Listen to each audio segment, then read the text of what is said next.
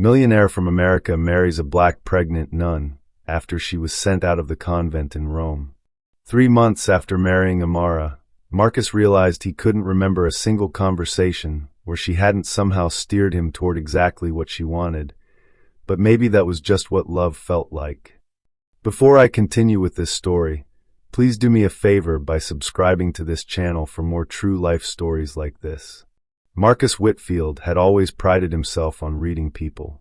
23 years of building his tech empire from a college dorm room to a billion-dollar valuation had taught him to spot manipulation, desperation, and false sincerity from across a boardroom. He could detect a lie in quarterly projections, sense when competitors were bluffing, and identify which employees were genuinely committed versus those simply performing loyalty. This skill had made him wealthy beyond most people's dreams and cautious beyond most people's understanding. The irony wasn't lost on him that his greatest professional asset, his ability to see through people, had left him profoundly alone at 42. 3 failed engagements to women who'd ultimately proven more interested in his portfolio than his personality had reinforced his belief that authentic connection was a luxury his wealth had priced him out of. He'd accepted this trade-off mostly.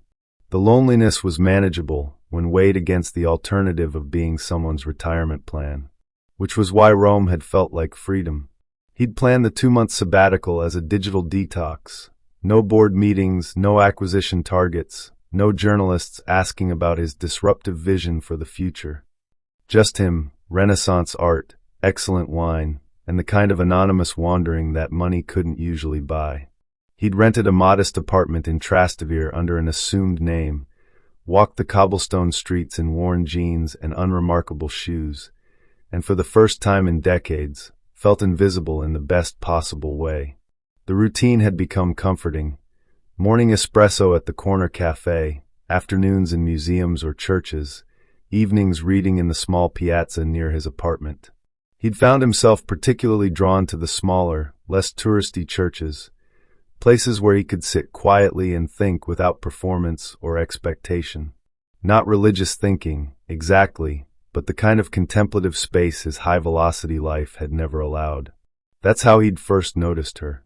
Sister Amara had been praying in the back pew of Santa Maria in Cosmedin on a Thursday afternoon in late September. The church was nearly empty, just Marcus sketching architectural details in a notebook, an elderly woman lighting candles, and this nun whose stillness seemed to radiate something he couldn't quite identify. Peace, maybe, or certainty.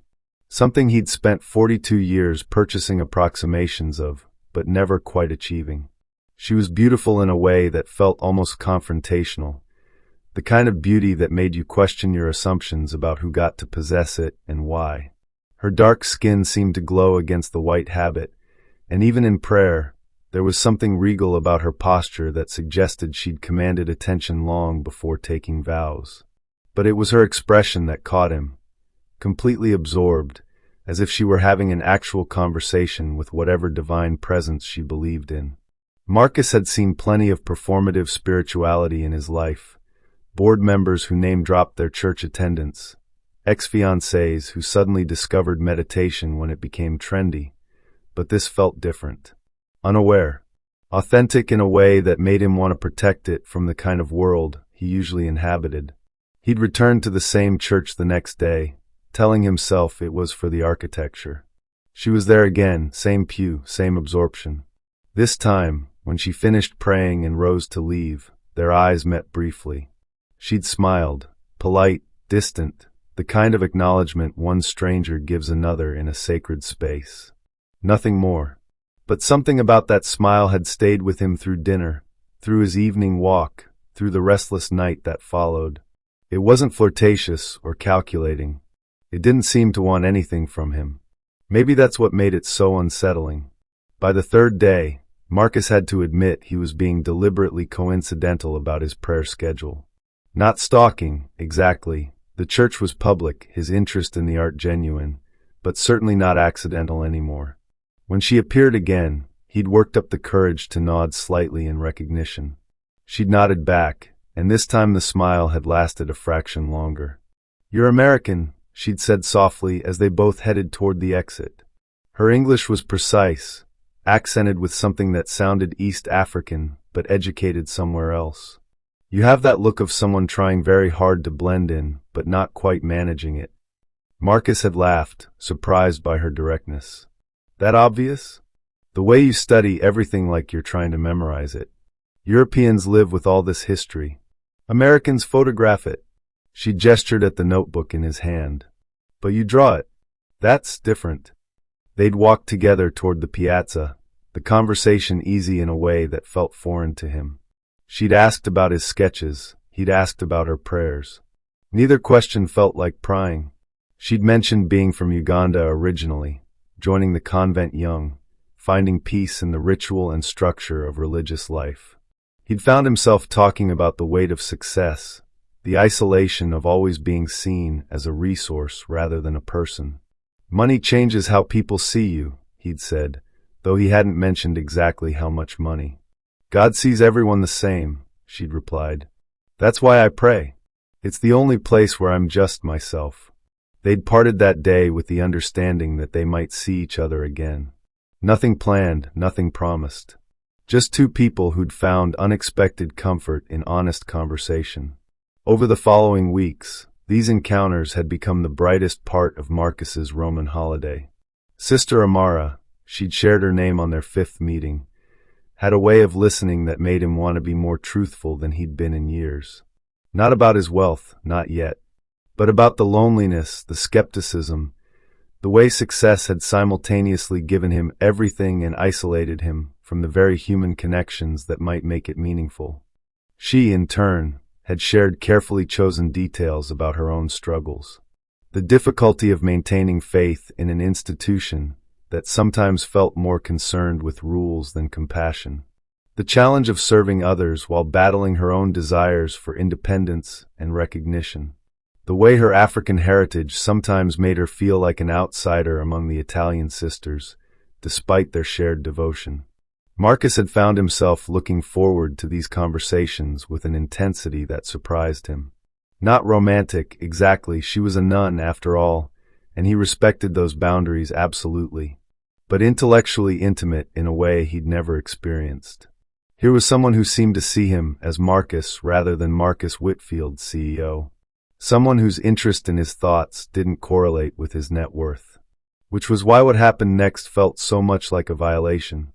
He'd arrived at their usual church on a Tuesday afternoon in mid-October to find Sister Amara waiting outside, no longer in her habit. She wore a simple blue dress that emphasized her pregnancy, probably 5 or 6 months along, impossible to hide. Her eyes were red with recent tears, and she clutched a small suitcase with the kind of desperation that suggested it contained everything she owned. "They sent me away," she'd said simply when she saw his expression. "This morning. The Mother Superior said I was no longer suitable for religious life." Marcus had felt the world shift slightly off its axis. All their conversations, all his assumptions about who she was and what their friendship meant, suddenly everything needed recalibrating. But looking at her standing there, clearly devastated and fundamentally alone in a foreign city, his protective instincts had overwhelmed his confusion. "Where will you go?" he'd asked. "I don't know," she'd admitted. "I have a little money saved, maybe enough for a week in a pensione. After that," she'd shrugged with a fatalism that broke his heart. And that's when Marcus Whitfield, who had spent decades learning to see through people's motivations, had made the most impulsive decision of his carefully calculated life. "Marry me," he'd said. The words had surprised him as much as they'd surprised her. But even as he'd spoken them, they'd felt somehow inevitable. Here was someone who'd seen him as purely human. Someone who needed protection he could provide. Someone whose crisis had revealed depths of vulnerability that made his own loneliness seem manageable by comparison. "You don't understand what you're saying," she'd whispered. "I understand perfectly," he'd replied, though he was beginning to wonder if that was true. "You need help. I can help. Everything else, we can figure out together." The look she'd given him then, gratitude mixed with something he couldn't quite identify, would replay in his mind for months afterward. Relief, certainly, but there had been something else. Something that might have been surprise or calculation, or simple recognition that her prayers had been answered in the most unexpected possible way. They'd been married 3 days later in a small civil ceremony, with 2 strangers as witnesses and a growing list of questions that Marcus had been too swept up in his own nobility to ask. Now, 3 months later, sitting in his penthouse apartment back in Manhattan, and watching his pregnant wife move through their home with an ease that seemed to contradict her supposed unfamiliarity with luxury, Marcus was finally beginning to wonder if his greatest professional skill had somehow failed him at the moment when he'd needed it most. But maybe that was just what love felt like, this constant uncertainty about whether you were saving someone or being saved yourself. The first crack in Marcus's certainty appeared on a Wednesday morning in January, disguised as kindness. He'd been working in his home office, video conferencing with his London team about a potential acquisition, when he'd heard Amara on the phone in the kitchen. Her voice carried that particular cadence she used when speaking Luganda, musical, animated, completely different from her careful English. He'd grown to love that sound over the past 3 months, the way it suggested a version of his wife he was still getting to know. But something about this conversation felt different, more urgent, more strategic. Marcus had paused his meeting, ostensibly to grab coffee, actually to listen. His Luganda was non-existent, but tone was universal, and Amara's tone suggested she was explaining something complex to someone who wasn't entirely convinced. There were long pauses where she listened, shorter bursts where she seemed to be reassuring. At one point she'd laughed, not the gentle laugh he knew, but something sharper, more triumphant. When she'd noticed him in the doorway, the conversation had ended abruptly. "My sister," she'd explained, switching to English with the fluid grace that always impressed him. "Checking on how I'm adjusting to New York. She worries about me being so far from home." "Which sister?" Marcus had asked, realizing he'd never heard her mention siblings before. "Grace. The youngest. I've told you about her."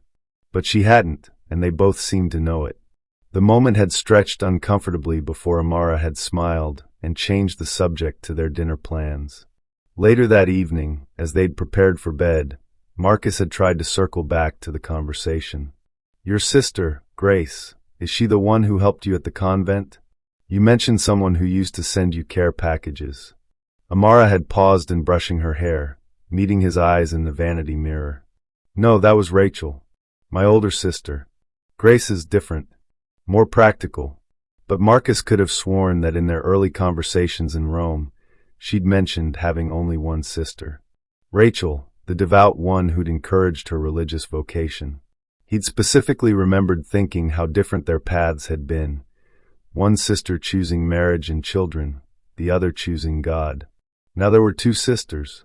Maybe 3 if he'd misunderstood. Maybe he was the one misremembering.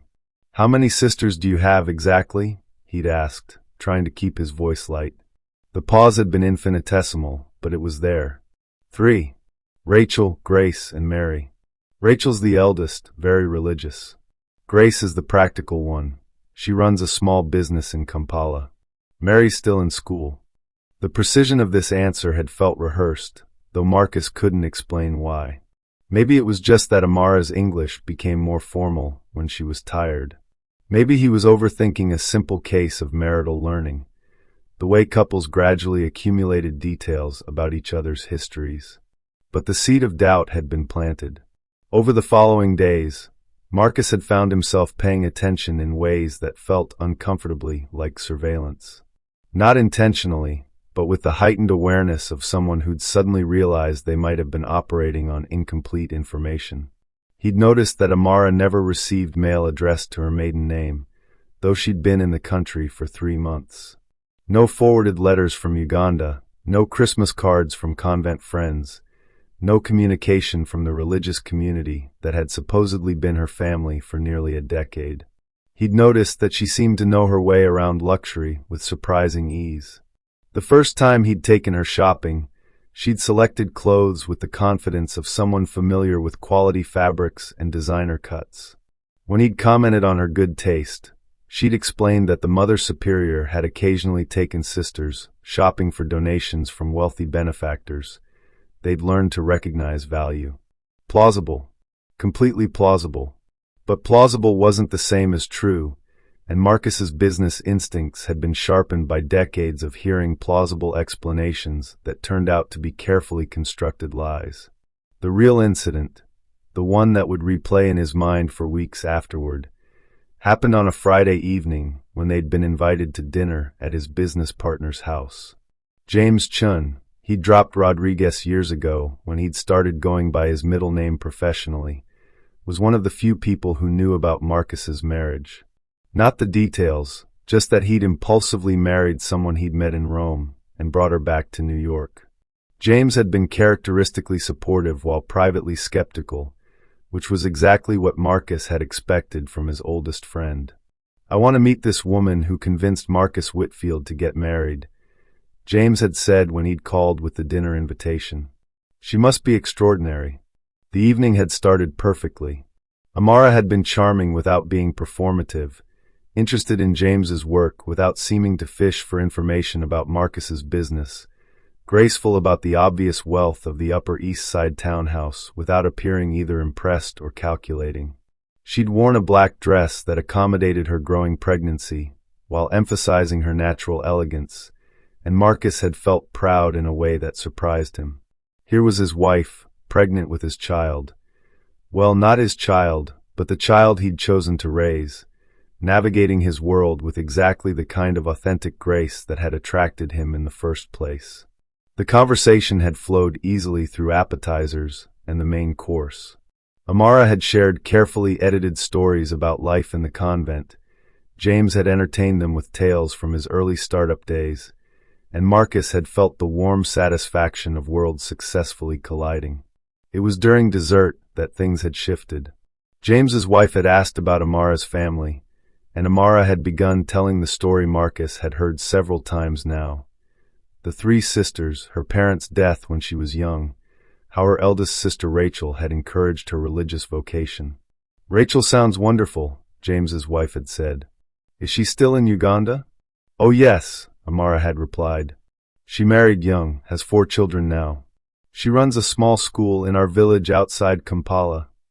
But Marcus remembered distinctly that Rachel was supposed to be the religious one, the sister who'd encouraged Amara's vocation because she'd shared her spiritual calling. When had she become the married sister with children? He'd waited until they were in the taxi home to bring it up. "I thought Rachel was the one who never married," he'd said carefully.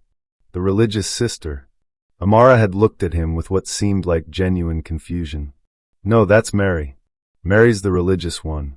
Rachel's always been very practical, very family-oriented. But Mary was supposed to be the youngest, still in school." Marcus was certain of that detail because he'd specifically asked about helping with school fees, and Amara had said Mary was too proud to accept charity from strangers. "I'm confused," Marcus had said, trying to keep his voice neutral. "This morning you said Mary was still in school. Tonight you said she's the religious one. And last week you told me Rachel encouraged your vocation because she was so devout." The pause that followed had felt like falling. Amara had looked out the taxi window, one hand resting on her pregnant belly, and when she'd finally spoken, her voice had carried a weariness that seemed to come from somewhere very deep. "I'm sorry," she'd said.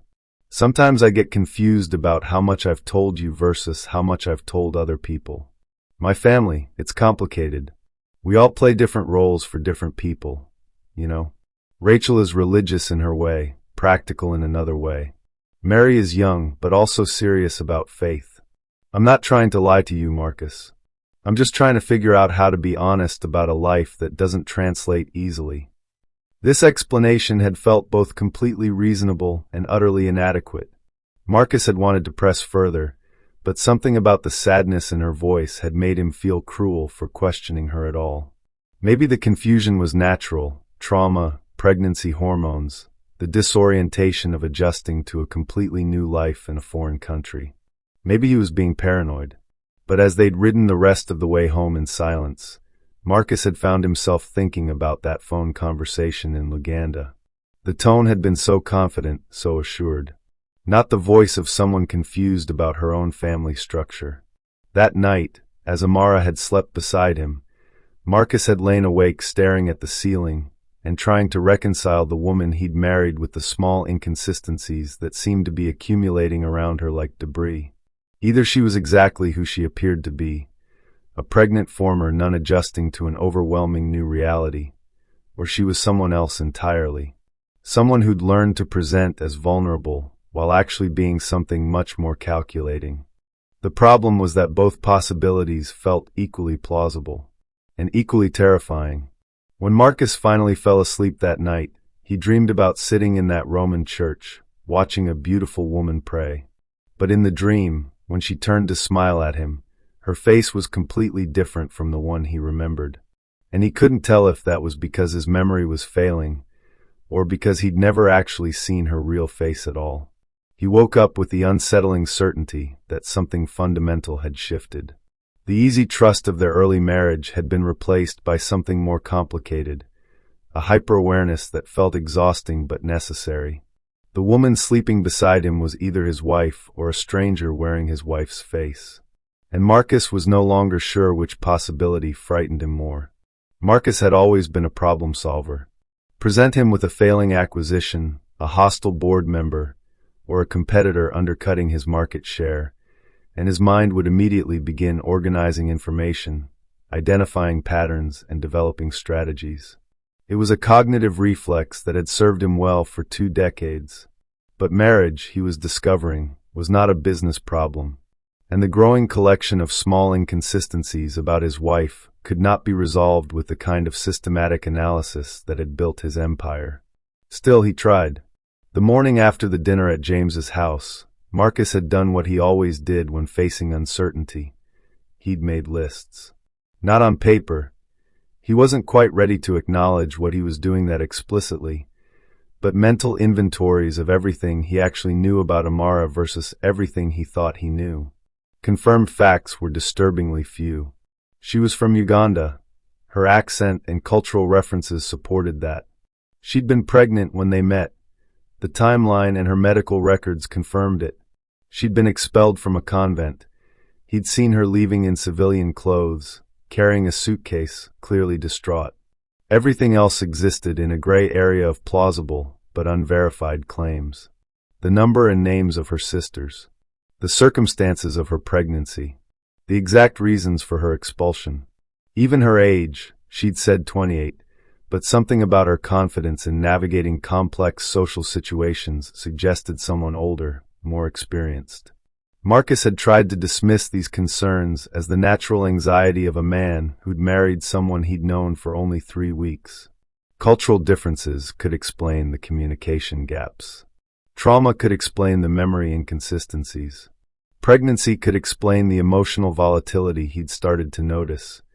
Moments when her careful composure would slip and reveal flashes of something sharper underneath. But his business instincts refused to be quieted. In due diligence, small inconsistencies were often early indicators of larger problems. The companies that looked perfect on paper but couldn't explain minor discrepancies in their financial statements were usually hiding something significant.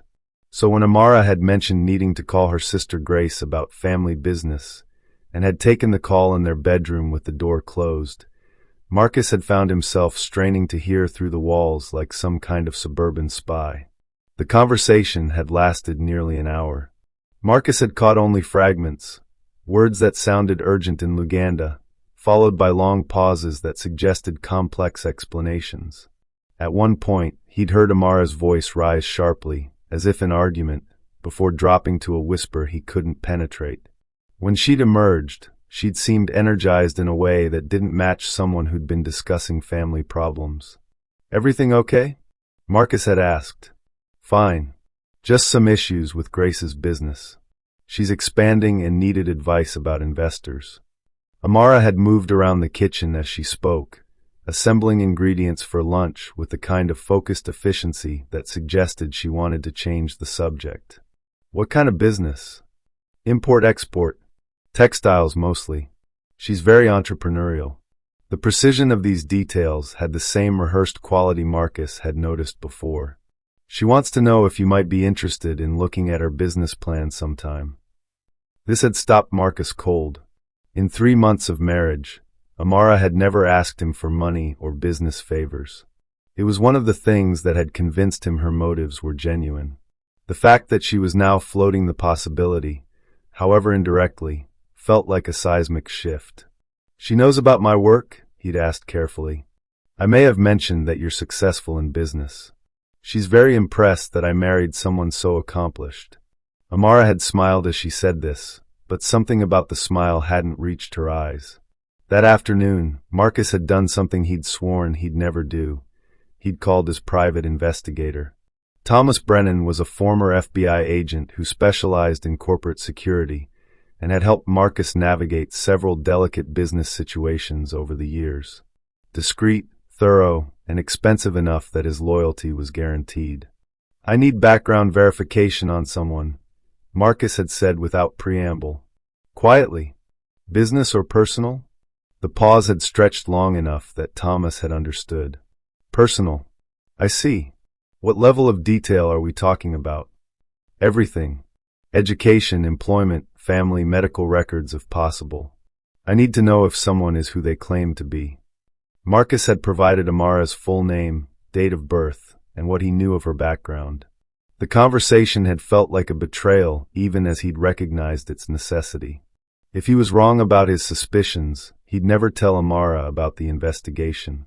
If he was right, "How quickly do you need this?" "Yesterday," Marcus had said, "but I'll settle for next week." That evening, he'd tried to act normally. They'd cooked dinner together. Amara had been teaching him to make Ugandan dishes, and her patience with his clumsy attempts at preparing matoke had been endearingly genuine. They'd watched a movie, discussed her doctor's appointment for the following week, made plans for the weekend. But underneath the domestic normalcy, Marcus had felt like he was conducting an interview.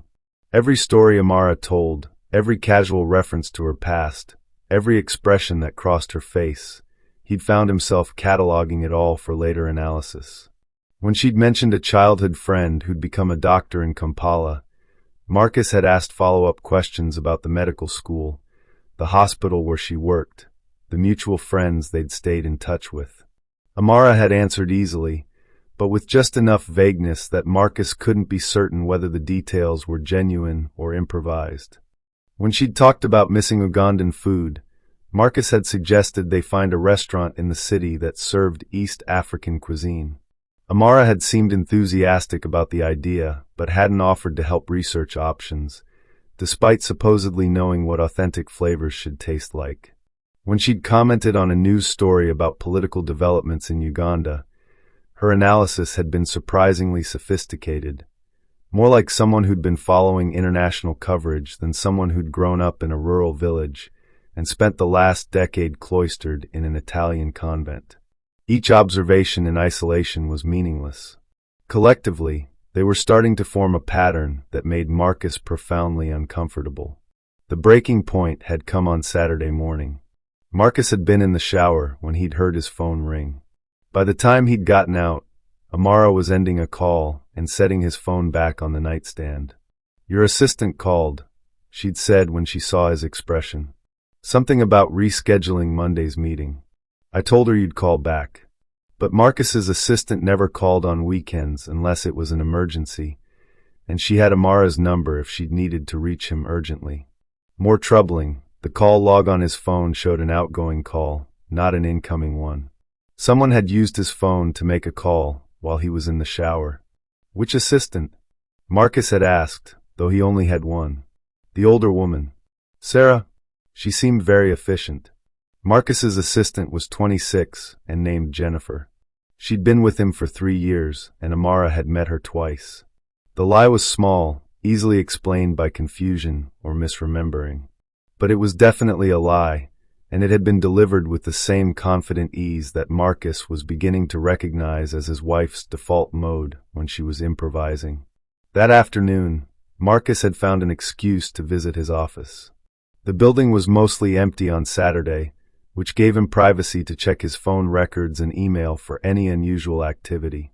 What he'd found had been simultaneously relieving and more troubling. No unauthorized calls from his phone. No unusual email activity. No evidence that Amara had been using his access to gather information about his business or finances. But the absence of evidence wasn't proof of innocence. It just meant that if his wife was running some kind of long-term deception, she was sophisticated enough to avoid leaving obvious digital footprints. Marcus had spent the rest of the weekend in a state of hypervigilance that felt exhausting and ridiculous in equal measure. Every interaction with Amara had become a data-gathering exercise. Every conversation had felt like a test where he wasn't sure of the right answers. By Sunday night, he'd reached a conclusion that satisfied neither his paranoia nor his desire to trust the woman he'd married. He needed outside perspective. The question was who to ask. James would be supportive but potentially biased. He'd never fully approved of the impulsive marriage and might be too eager to confirm his skepticism. Marcus's other friends were either too distant or too invested in his business to be objective about his personal life. Which left family, and family meant his sister.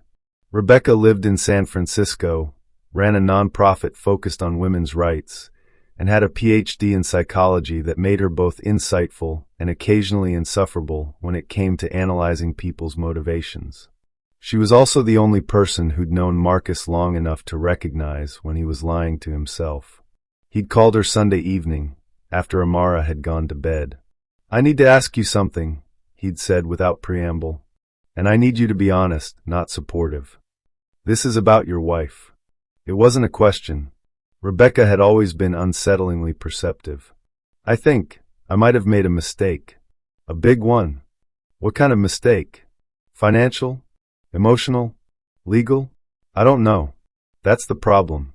I can't tell if I'm being paranoid or if my instincts are trying to tell me something important." Marcus had laid out his concerns as objectively as possible. The inconsistencies about her family. The phone conversations in Luganda that seemed more strategic than casual. The way she'd adapted to his lifestyle with surprising ease. The small lies that could be explained by confusion but were starting to accumulate into a pattern. Rebecca had listened without interrupting, which was unusual enough to be concerning. "What does your gut tell you?" she'd finally asked. "That something's not right. But I can't tell if that's because something actually isn't right, or because I've been burned before and I'm projecting my trust issues onto someone who doesn't deserve it." "Have you considered just asking her directly?" "Asked her what? Are you lying to me about who you are?" "If she is lying, she's not going to suddenly confess because I asked nicely. And if she's not lying, I've just accused my pregnant wife of being a con artist." Rebecca had been quiet for a long moment. "Marcus, can I ask you something that might be hard to hear?" "Go ahead. What would it mean for you if she turned out to be exactly who she says she is? A former nun from Uganda who got pregnant, was expelled from her convent, and married you because you offered her security and kindness." The question had hit Marcus in a way he hadn't expected. Because the honest answer was that even if Amara was completely genuine, he wasn't sure he'd be able to trust that anymore. The doubt, once planted, had grown roots that went deeper than evidence or logic. "I don't know," he'd admitted. I think I might have already poisoned this just by questioning it." "Or," Rebecca had said gently, "you might be protecting yourself from something that your subconscious has already figured out. The fact that you're having these concerns doesn't necessarily mean you're paranoid. It might mean you're finally paying attention." After the call, Marcus had lain in bed next to his sleeping wife and tried to imagine a path back to the easy trust they'd shared in Rome. But that trust had been built on assumptions that were now shaky, and he wasn't sure if marriages could survive the kind of systematic doubt that was becoming his new normal. Either Amara was innocent, and he was destroying their relationship with unfounded suspicion, or she was guilty, and he was finally seeing clearly for the first time since they'd met. The problem was that both possibilities required him to keep investigating until he knew for certain. An investigation, Marcus was learning, was just another word for the slow, methodical destruction of love. The private investigator's report arrived on Thursday morning, delivered by courier in an unmarked envelope that felt heavier than its actual weight. Marcus had been expecting it for 6 days, but holding the physical document still felt like crossing a line he couldn't uncross. He'd waited until Amara left for her prenatal yoga class before opening it. Even then, he'd locked himself in his home office and drawn the blinds, as if the very act of reading about his wife required secrecy from the world. Thomas Brennan's reports were always thorough, but this one felt particularly invasive. 15 pages of careful documentation that reduced Amara's life to bullet points and verification status. Subject: Amara Nakato Whitfield, née Nakato, DOB, March 15, 1994. Age: 30 not 28 as claimed. Place of birth: Kampala, Uganda. The age discrepancy hit Marcus first. 2 years wasn't significant in the abstract, but it was significant as a lie. Why would someone lie about being older? Usually people lied to seem younger, not the reverse. Family background: parents, Peter Nakato, deceased 2018, and Margaret Nakato, deceased 2019. Siblings: 3 sisters confirmed: Rachel Nakato Mugisha, 32, Grace Nakato, 29, Mary Nakato, 25. Note: subject's family details as provided to client appear accurate regarding number and names of siblings. This should have been reassuring. Amara had told the truth about her family structure, which suggested Marcus's paranoia was unfounded. But somehow the confirmation felt worse than a contradiction would have. It meant she was sophisticated enough to keep her lies consistent, not careless enough to be easily caught. Education: Sacred Heart Secondary School, Kampala, 2007 to 2012. Makerere University, Bachelor of Arts in Literature, 2012 to 2016. Pontifical Urban University, Rome, Certificate in Pastoral Theology, 2017 to 2018.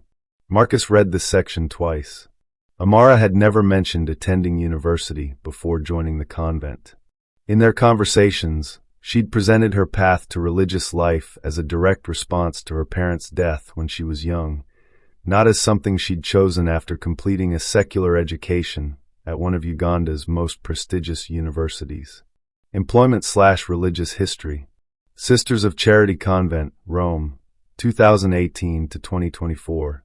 Status at departure: voluntary withdrawal, not expulsion as initially claimed.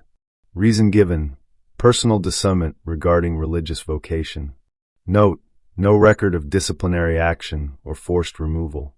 Marcus felt the floor shift beneath him. Amara hadn't been expelled. She'd left voluntarily.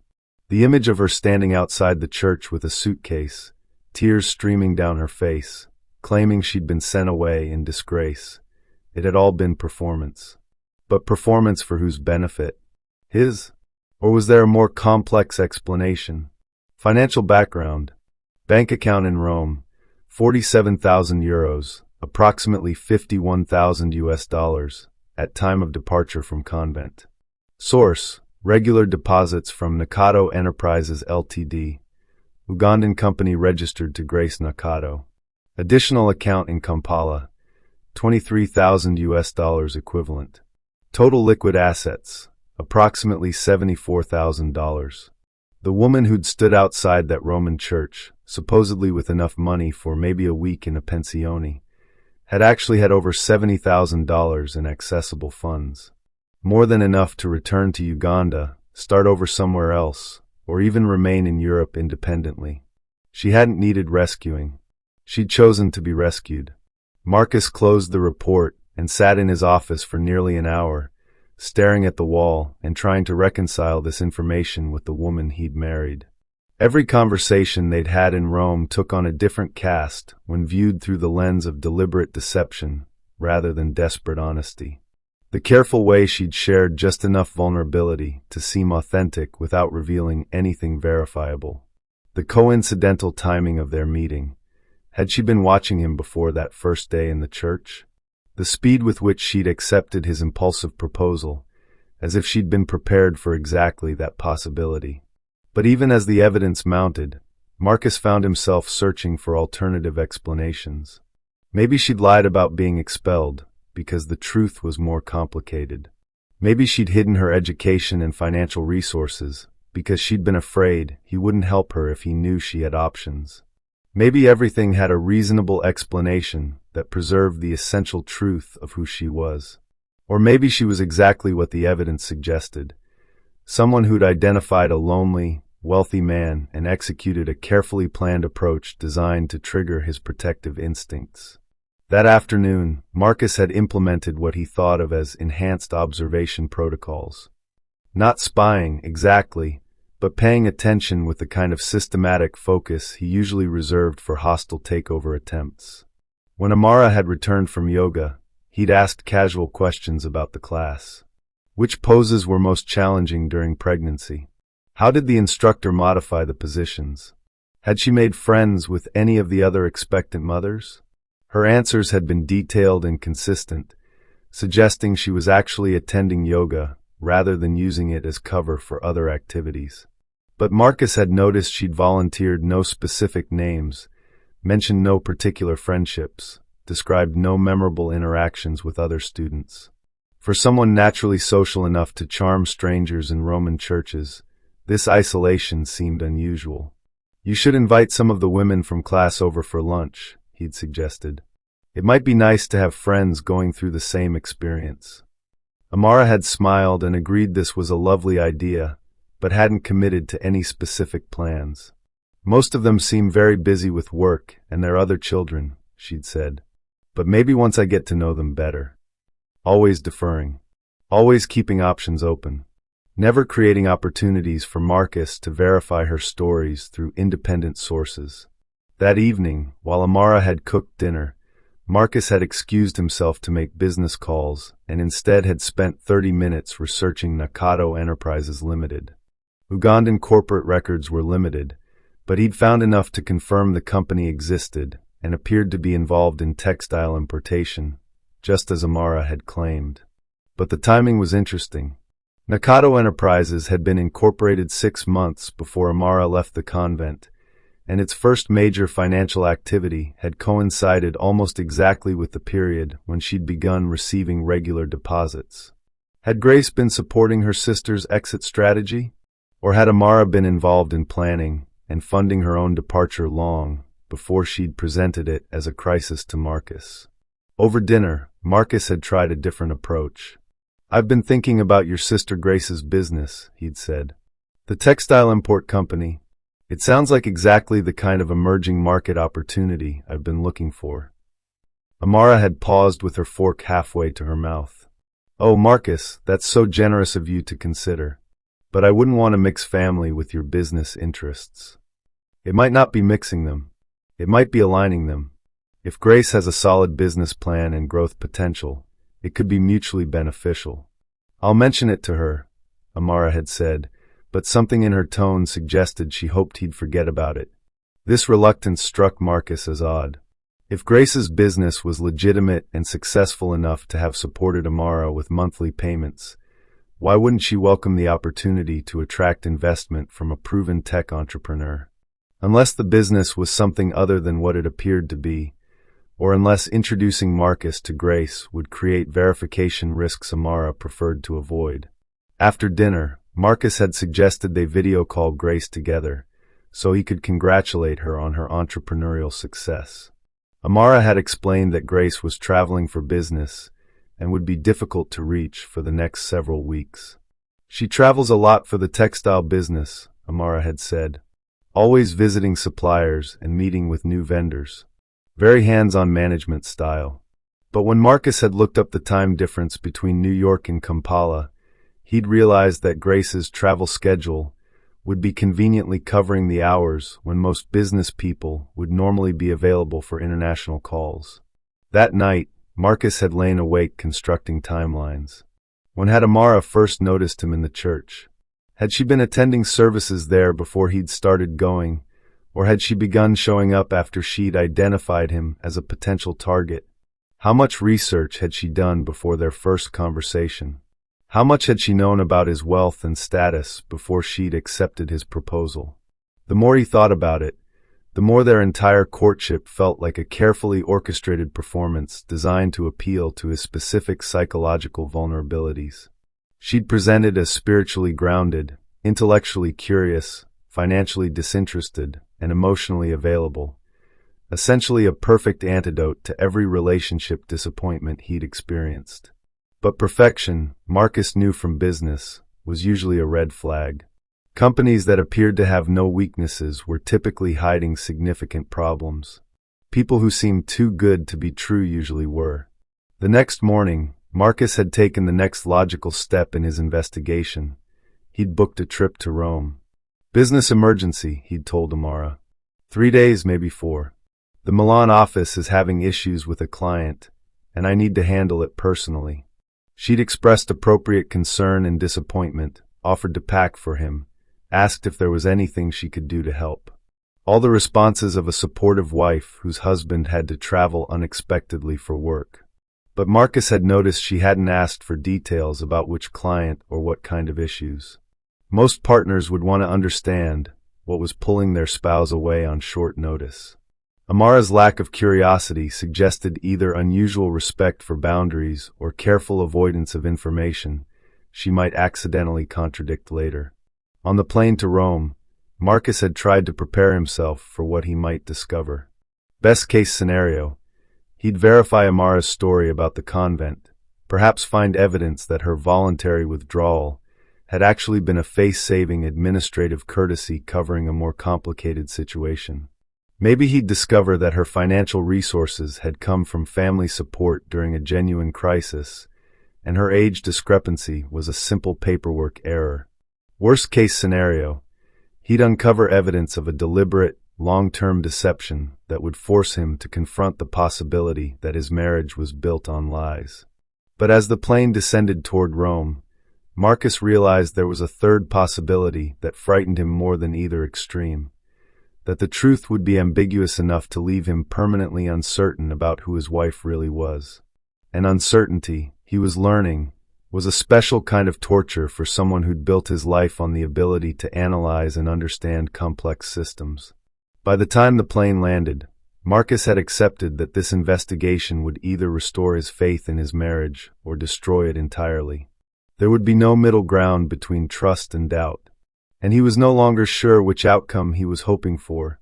Rome in February felt different from the Rome where Marcus had fallen in love. The tourists were sparse, the weather gray and damp, and the romantic golden light that had suffused his memories had been replaced by something harsher and more unforgiving. Walking through Trastevere toward the convent felt like returning to a crime scene. Marcus had arrived on a Thursday morning and spent his first day retracing the geography of his courtship.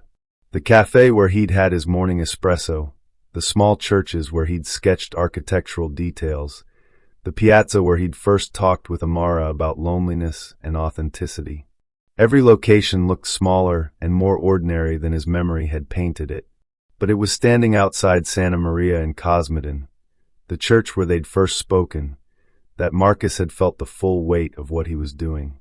He was investigating the woman he'd married, the mother of the child they were expecting together, because he no longer trusted the foundation of their relationship. The thought should have felt noble, like protecting himself from deception. Instead, it felt like the systematic dismantling of the only authentic connection he'd thought he'd found in 42 years of careful emotional calculation.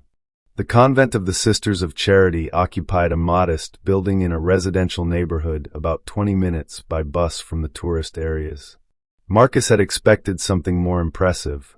High walls, imposing gates, the kind of fortress-like structure that suggested separation from the secular world.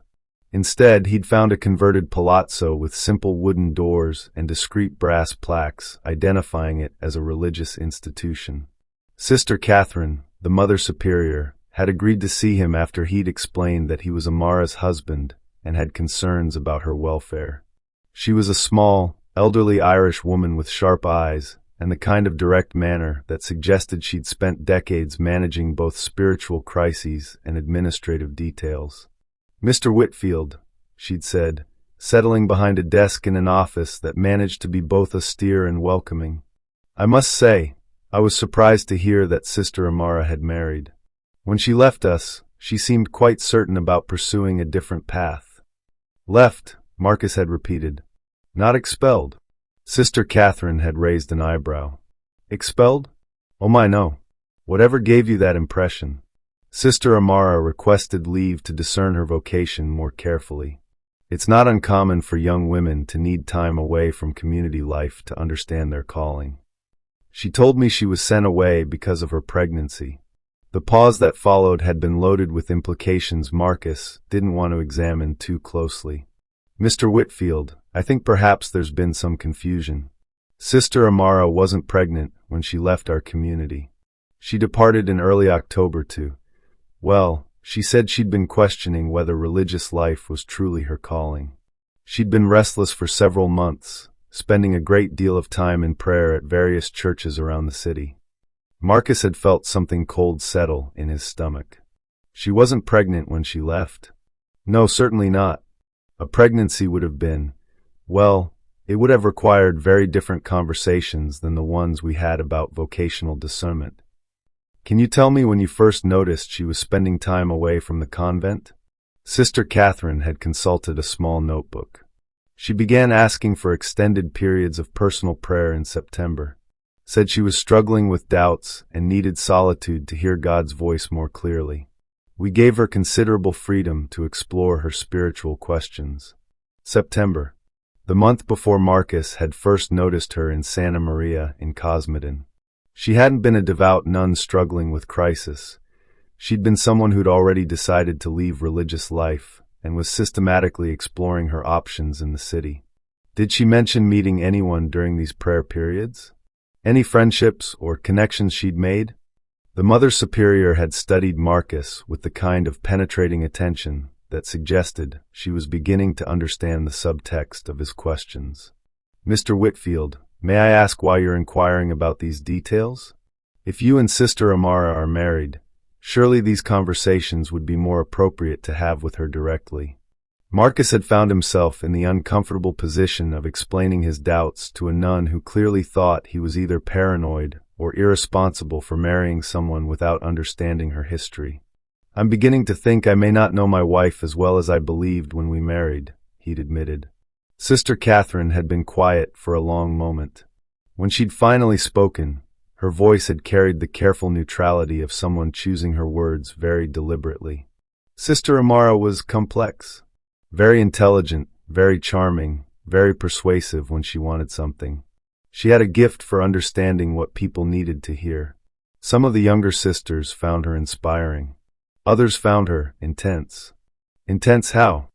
She had very strong opinions about the limitations of religious life for women, particularly women of color. She felt that the church asked for too much sacrifice in exchange for too little real power or influence.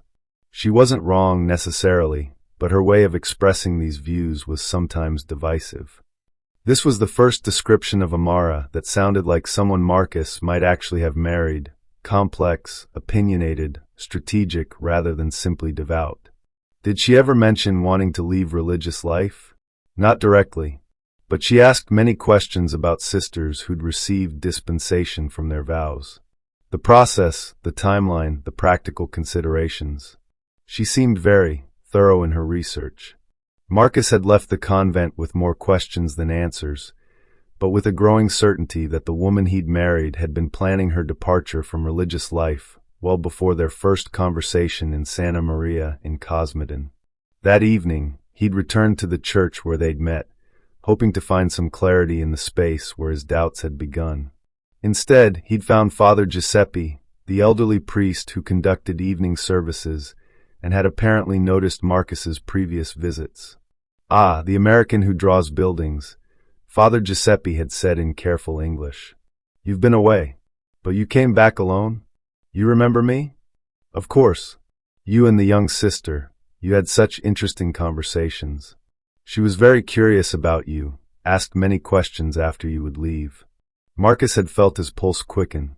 "What kind of questions?" "About Americans, about business, about what brings successful people to pray in small churches." She was very thoughtful about understanding different kinds of faith.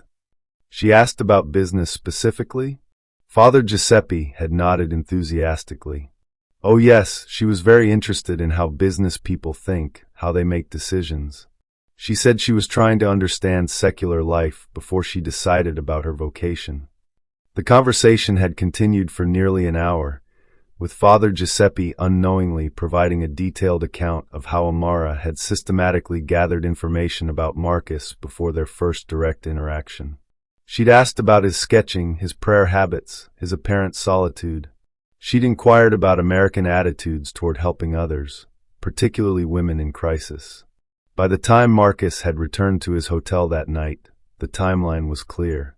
Amara had noticed him first, researched him systematically, and then positioned herself to seem available for the kind of authentic connection he'd been seeking.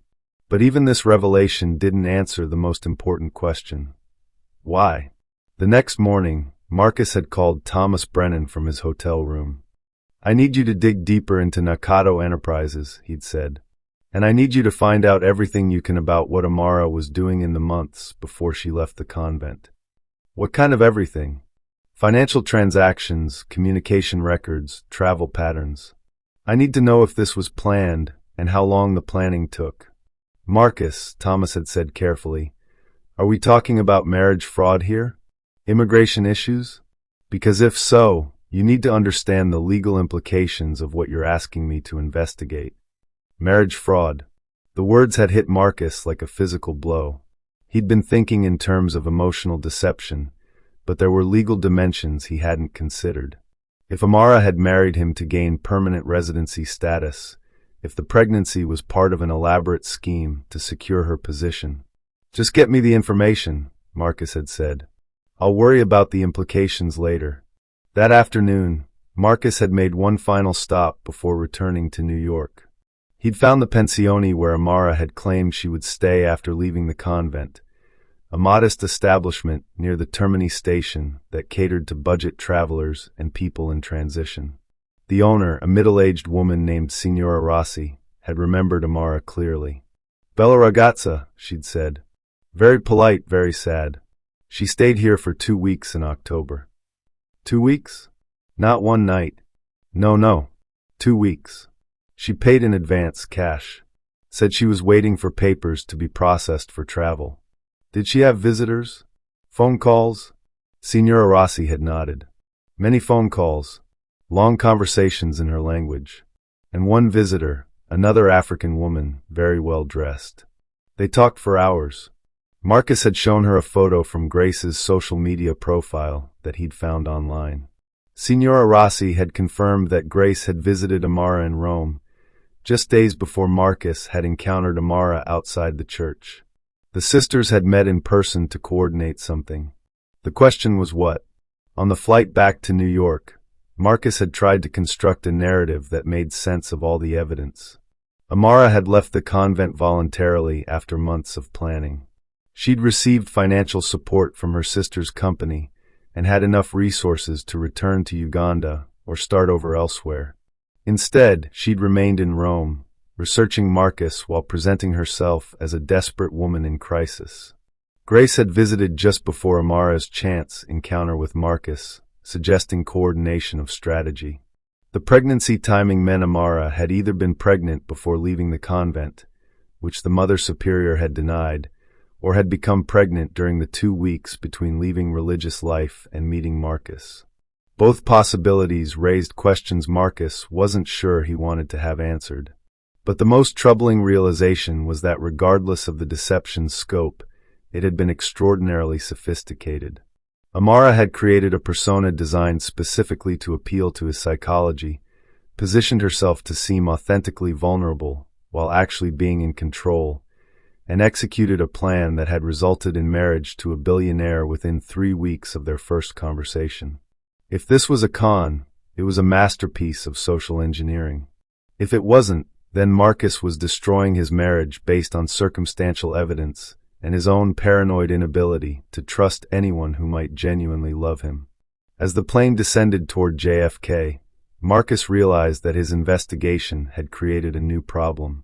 He now knew enough to be certain that Amara had lied about fundamental aspects of their relationship, but not enough to understand why or what she ultimately wanted from him. Confronting her would either reveal the full truth or drive her deeper into deception. Continuing to investigate would further damage whatever authentic connection might still exist between them. But doing nothing meant living indefinitely with the knowledge that his marriage might be built on lies so sophisticated that he'd never fully understand their scope. Marcus arrived home on Sunday evening to find Amara cooking dinner, her pregnancy more pronounced at nearly 7 months, humming softly as she moved around their kitchen. She greeted him with genuine warmth, asked about his business trip, shared updates about her doctor's appointment and the baby's development. For a moment, watching her in their home, Marcus could almost convince himself that the evidence he'd gathered in Rome was irrelevant compared to the daily reality of their life together. But then she'd smiled at him, the same beautiful, perfect smile that had first captivated him in a Roman church, and Marcus had realized that he no longer trusted anything about the woman he'd married. Not her smile, not her stories, not her motives, and certainly not the pregnancy that was supposed to represent their future together. The investigation was no longer about confirming his suspicions. It was about survival. Marcus spent 3 days after returning from Rome trying to convince himself that direct confrontation was unnecessary. Maybe the inconsistencies had reasonable explanations. Maybe Amara's deceptions were protective rather than predatory, lies told by someone who'd learned that vulnerability was dangerous, not someone who wielded it as a weapon. But the pregnancy timeline kept circling back in his mind like a persistent headache. If Amara hadn't been pregnant when she left the convent, when exactly had conception occurred? The math suggested either that she'd become pregnant during those 2 weeks in the pensione before meeting him, or that she'd been lying to the Mother Superior about her condition when she'd requested leave. Neither possibility aligned with the story of a devout nun whose life had been derailed by a single moment of human weakness. By Wednesday evening, Marcus had decided that the only way forward was careful, strategic inquiry. Not accusation, but exploration. He would give Amara opportunities to correct the record voluntarily, chances to explain the discrepancies without making her feel cornered or defensive. It was a business approach applied to marriage, and it felt both necessary and deeply wrong. "I've been thinking about the baby's due date," Marcus had said over dinner, trying to keep his tone casual. "April 15th, right? That means conception would have been around mid-July." Amara had nodded, continuing to eat her pasta with the focused attention of someone who was either very hungry or buying time to think. "That must have been a difficult time for you," Marcus had continued. "Still in the convent, dealing with morning sickness, trying to figure out what to do." "Yes," Amara had said quietly. "Very difficult. I was so ashamed. Sister Catherine was disappointed in me. But Sister Catherine had specifically said that Amara hadn't been pregnant when she'd left. Either the Mother Superior had been lying to protect Amara's privacy, or Amara was lying now to protect something else entirely. "Did you tell her right away? When you first realized you were pregnant?" Amara had set down her fork and looked directly at Marcus. Something in her expression suggested she understood that this wasn't casual conversation. "Marcus, why are you asking about this? We've talked about it before." "I know. I want to understand what you went through. It must have been incredibly isolating to deal with that kind of crisis alone." "It was." She'd reached across the table to take his hand. "That's why meeting you felt like such a gift. You saved me when I had nowhere else to turn." The gesture was tender, the words exactly what someone in Marcus's position would want to hear. But they also neatly deflected his actual question, while reinforcing the narrative of rescue that had motivated his original proposal. Marcus had tried a different approach. "Have you thought about reaching out to any of the other sisters?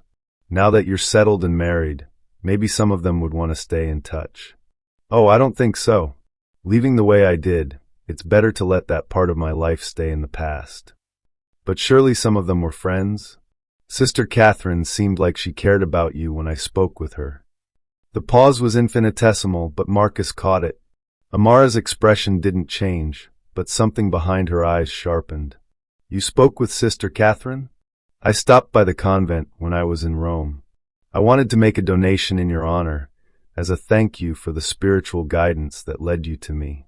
It was a lie, but it was the kind of lie that would seem plausible and generous. Marcus waited to see how Amara would respond. "That's very thoughtful of you. What did you discuss? Nothing much. I told her we were married and expecting a child. She seemed pleased that you'd found happiness. Amara had smiled, but Marcus noticed she didn't ask for details about the conversation or express curiosity about how Sister Catherine had reacted to news of her marriage. She's a good woman, Amara had said. Very wise. I'm sure she appreciated your generosity. The response was perfectly appropriate and completely uninformative. Marcus realized that Amara was as skilled at deflecting inquiry as he was at conducting it. That night, Marcus had tried a more direct approach. Can I ask you something that might sound strange? He'd said as they'd prepared for bed. Of course. Sometimes I feel like there are things about your past that you're not comfortable sharing. And I want you to know that whatever happened, whatever you're protecting me from or protecting yourself from, I can handle it. Amara had stopped brushing her hair and turned to face him fully. What do you mean? I mean that if there are details about your pregnancy, or leaving the convent, or your family situation that are more complicated than you've told me, I'd rather know the truth than live with a sanitized version that you think I want to hear. For a moment, Marcus had thought she might actually confess something. Her expression had shifted through several emotions: surprise, calculation, something that might have been relief. Marcus, she'd said finally, I haven't lied to you about anything important. Yes, there are details I haven't shared, but not because I'm trying to deceive you. Because some things are private, or painful, or not relevant to our life together now. Like what? Like the fact that my pregnancy wasn't the result of some romantic relationship that ended badly. It was more complicated than that, more traumatic, and I didn't think you needed to carry that burden along with everything else. This was the first time Amara had suggested that the pregnancy might have been non-consensual. If true, it would explain her reluctance to discuss details and her desperation to leave her previous life behind. It would also make Marcus's investigation feel monstrous rather than prudent. Amara, if someone hurt you, it's in the past, she'd said firmly, and I'd prefer to keep it there. You saved me from having to deal with the consequences alone. That's all that matters. But even as she'd spoken, Marcus had found himself analyzing her words for truth versus manipulation. Was this genuine disclosure of trauma, or was it strategic deployment of a narrative that would discourage further questioning? The fact that he could no longer tell the difference felt like its own kind of tragedy. The next evening, Marcus had received a call from Thomas Brennan that had crystallized his worst fears. I've got some interesting information about Nakado Enterprises, Thomas had said without preamble, and about your wife's activities in the months before she left the convent. Marcus had taken the call in his office, door closed, speaking quietly even though Amara was 3 rooms away. What did you find? Nakado Enterprises isn't a textile company. It's a consulting firm that specializes in what they call international relationship facilitation. Essentially, they help wealthy women from East Africa meet and marry affluent men in Europe and North America. Marcus had felt the room tilt slightly. A matchmaking service? More than that, they provide comprehensive background research on targets, coaching on cultural adaptation, and ongoing support during relationship development. Very high-end, very discreet. Clients pay substantial fees for what amounts to strategic marriage planning. And Amara? According to financial records, she wasn't just receiving money from Nakado Enterprises. She was listed as a consultant. Her payments were salary, not family support. The revelation had been devastating in its clarity. Amara hadn't been rescued by her sister's generosity. She'd been employed by a company that specialized in engineering marriages between African women and wealthy Western men. There's more, Thomas had continued. I found communication records showing extensive coordination between your wife and Grace Nakado in the weeks before she left the convent. They were planning her departure and positioning in Rome well in advance. How much in advance? At least 3 months. Maybe longer. Marcus had hung up the phone and sat in his office for nearly an hour, trying to process the implications. Amara wasn't a pregnant nun who'd been saved by his impulsive generosity. She was a professional who'd identified him as a target and executed a plan to marry him as part of what appeared to be a sophisticated business operation. But even this revelation raised more questions than it answered. If Amara was working for a marriage facilitation company, why had she seemed so reluctant to involve him with Grace's business? If this was a financial scheme, why hadn't she pushed for access to his accounts or made any significant financial requests? Was the goal marriage itself, or was marriage just the beginning of a longer-term plan? That night, Marcus had decided to test Amara's reactions with more direct questions. "I've been thinking about Grace's business," he'd said over dinner. "The textile import company. I'd really like to help her expand into North American markets." Amara had set down her fork with what appeared to be genuine discomfort. "Marcus, I appreciate your willingness to help my family, but I really don't think mixing our marriage with business investments is a good idea." "Why not? If Grace has a solid operation and growth potential, it could benefit everyone." "Because..." Amara had paused, seeming to struggle with how to explain her reluctance. "Because Grace's business is more complicated than I've described. It's not just textiles. She works with relationship consulting, helping African women navigate international marriages." The partial admission had felt like a test. Was Marcus knowledgeable enough to understand what she was really saying? Was she gauging whether he already knew the truth about Nakado Enterprises? "That sounds like important work," Marcus had said carefully. "Cross-cultural relationships can be challenging." "Yes, and sometimes the line between helping and manipulating can be very thin. I left Uganda partly because I wasn't comfortable with some of Grace's methods." This explanation positioned Amara as someone who distanced herself from her sister's questionable practices, but it didn't address the fact that she'd been working for the company while planning her own strategic marriage. "Is that why you joined the convent? To get away from family pressure to participate in Grace's business?" Amara had looked at him with something that might have been respect for his deductive reasoning. "Partly, yes. I thought religious life would give me independence from family expectations and business pressures. But I realized that was just trading one kind of limitation for another. And when you left the convent, I was trying to figure out how to build a life that was genuinely my own, not defined by what Grace wanted, or what the church wanted, or what anyone else expected. But you ended up married to me." "I ended up married to someone who offered me a choice," Amara had said. "You didn't pressure me or manipulate me or try to use me for your own purposes. You just saw that I needed help and offered it." The conversation had felt like a careful dance around the truth, with both participants aware that they were discussing something more complex than what was being explicitly stated. But Marcus still couldn't determine whether Amara was confessing to manipulation or genuinely explaining how she'd tried to escape it. Later that night, as Amara had slept beside him, Marcus had made a decision that felt both inevitable and terrifying. He was going to call Grace directly. Either she would confirm that Amara was exactly who she claimed to be, someone who'd rejected the family business and chosen a different path, or she would reveal the full scope of what Marcus had gotten himself involved in. But before he made that call, Marcus realized he needed to prepare for the possibility that learning the complete truth would make it impossible to continue his marriage. Because some revelations, once heard, couldn't be unknown, and some forms of betrayal, once confirmed, couldn't be forgiven. Marcus placed the call to Grace Nakado at 3:17 a.m. New York time, which made it 10:17 a.m. in Kampala.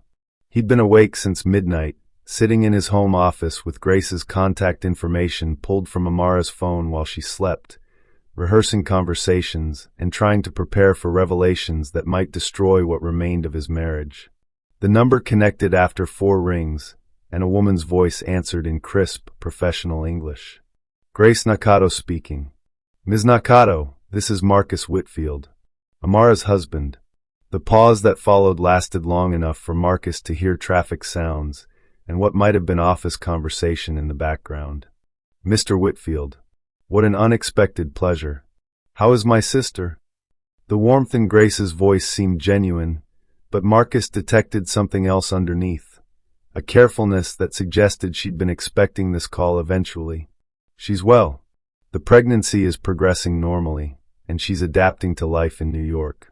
I'm so pleased to hear that.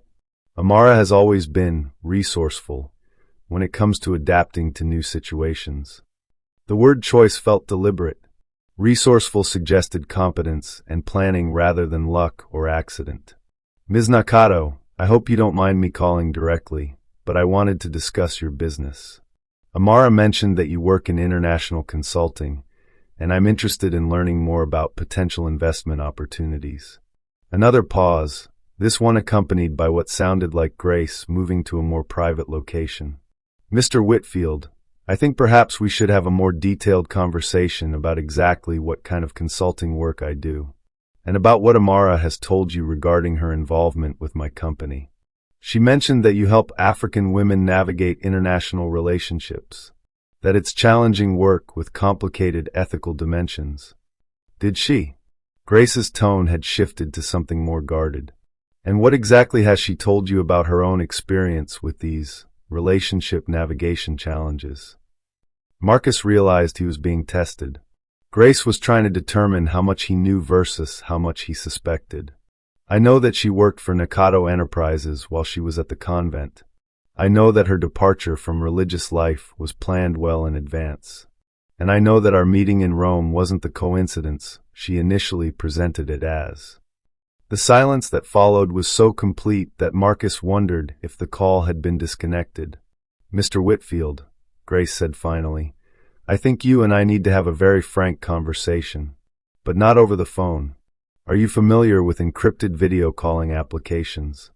20 minutes later, Marcus found himself staring at Grace Nakato's face on his laptop screen.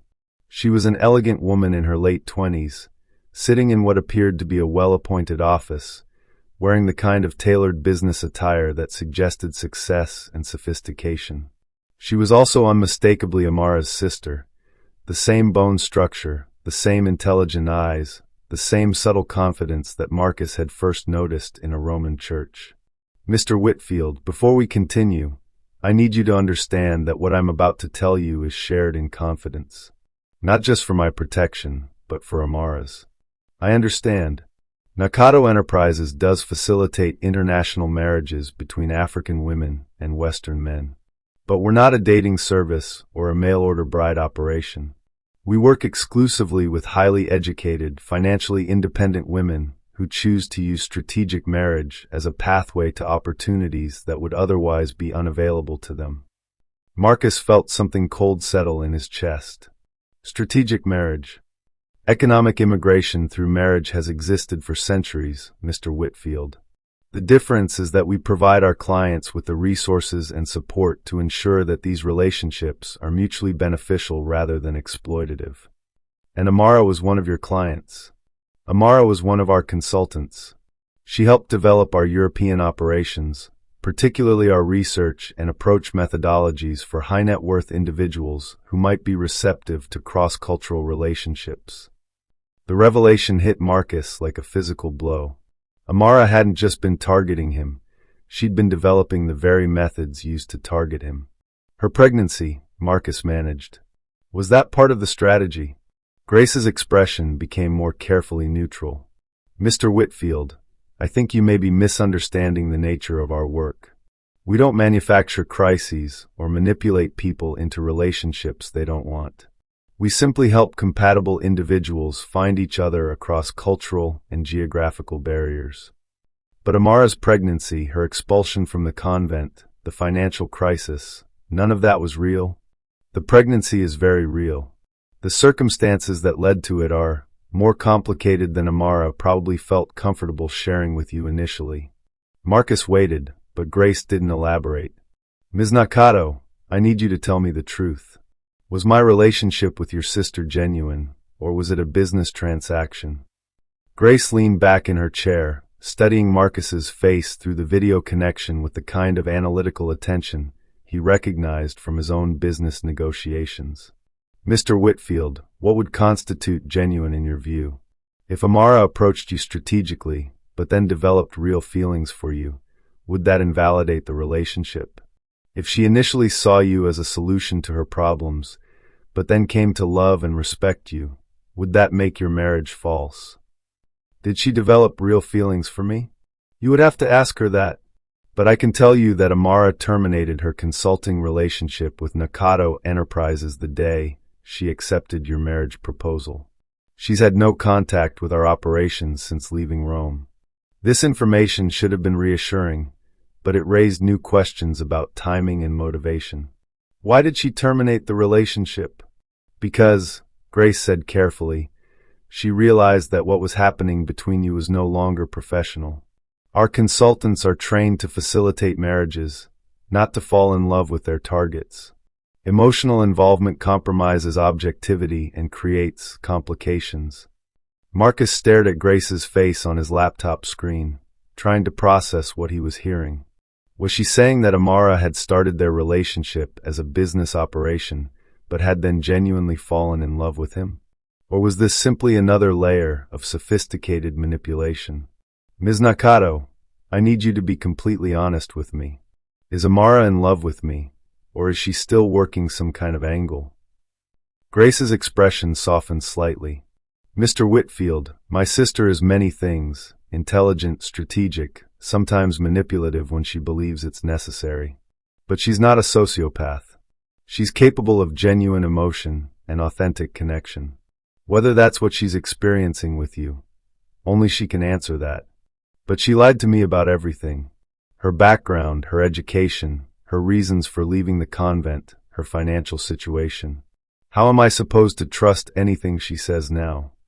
Perhaps, Grace suggested, because the lies were protective rather than predatory. Amara learned very young that the truth about her capabilities and resources often made her a target rather than earning her respect. She may have presented a simplified version of herself because she believed it was what you needed to see in order to help her. Or because it was what would make me most likely to marry her quickly. That's also possible, Grace admitted. But Mr. Whitfield, you seem like an intelligent man. Do you really believe you would have married someone you'd known for 3 weeks if you hadn't wanted to? Strategic presentation may have influenced your decision, but it couldn't have forced it. The observation stung because it was accurate. Marcus had proposed to Amara not just because she'd seemed to need rescuing, but because rescuing her had made him feel noble and necessary in a way his wealth alone had never achieved. What about the pregnancy? Marcus asked. Was that part of the strategy? Grace was quiet for a long moment. The pregnancy was unplanned, a complication that made Amara's situation more urgent than either of us had anticipated. Whose child is it? That, Grace said firmly, is a conversation you need to have with Amara. I've already shared more than I should have. After the call ended, Marcus sat in his office for nearly 2 hours, trying to construct a narrative that made sense of everything he'd learned. Amara had been working for a company that facilitated strategic marriages. She'd identified him as a target and had approached him using methods she'd helped develop. But she'd also apparently terminated her professional relationship when their interaction had become personal. The pregnancy was real but unplanned, which suggested either that Amara had become involved with someone else while targeting Marcus, or that there were aspects of her work for Nakado Enterprises that Grace hadn't disclosed. Most troubling was the realization that even if everything Grace had said was true, even if Amara had genuinely fallen in love with him and had chosen to abandon her professional objectives, Marcus could no longer distinguish between authentic emotion and sophisticated performance. When Amara woke up that morning, Marcus was sitting at the kitchen table with 2 cups of coffee and an expression that made her freeze in the doorway. "We need to talk," he said. Amara looked at him for a long moment, her hand instinctively moving to her pregnant belly, and Marcus saw something in her face that might have been relief. "You called Grace," she said. It wasn't a question. "Yes." "How much did she tell you?" "Enough. But I want to hear it from you. All of it. The truth this time." Amara sat down across from him, moving carefully in the way that had become habitual as her pregnancy progressed. When she finally spoke, her voice was steady but tired. "What do you want to know?" "I want to know if anything about our relationship was real. I want to know if you love me, or if you're just very good at pretending to love me. And I want to know whose child you're carrying." The questions hung in the air between them like accusations. Amara stared into her coffee cup for nearly a minute before responding. Yes, I worked for Grace's company. Yes, I approached you strategically. Yes, I lied about my background and my circumstances because I thought the truth would make you less likely to help me. Marcus waited, but she didn't continue. And, he prompted, and somewhere between that first conversation in the church and the moment you proposed to me, this stopped being about work and started being about you. About us. When exactly? When you told me about feeling lonely despite having everything most people think they want. When I realized that underneath all your success and confidence, you were as isolated as I was. That's when it became real. But you kept lying to me. I kept protecting you from details I thought would hurt you or change how you saw me. That's not the same thing as lying about my feelings. Marcus wanted to believe her, but trust felt impossible when the foundation of their relationship had been built on systematic deception. Whose child are you carrying? The pause was long enough that Marcus knew he wasn't going to like the answer. A client, Amara said quietly. Someone Grace introduced me to during the development phase of our European operations. It was supposed to be practice, research, understanding how these relationships actually develop. You slept with someone as part of your job? I made a mistake. I thought I could maintain professional boundaries, but I was wrong. And when I realized I was pregnant, I panicked. Does he know?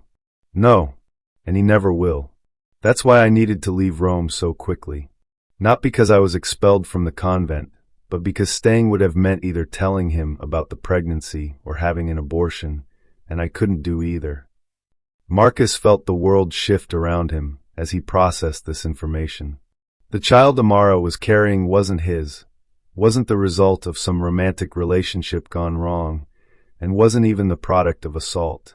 It was the unintended consequence of what amounted to professional prostitution.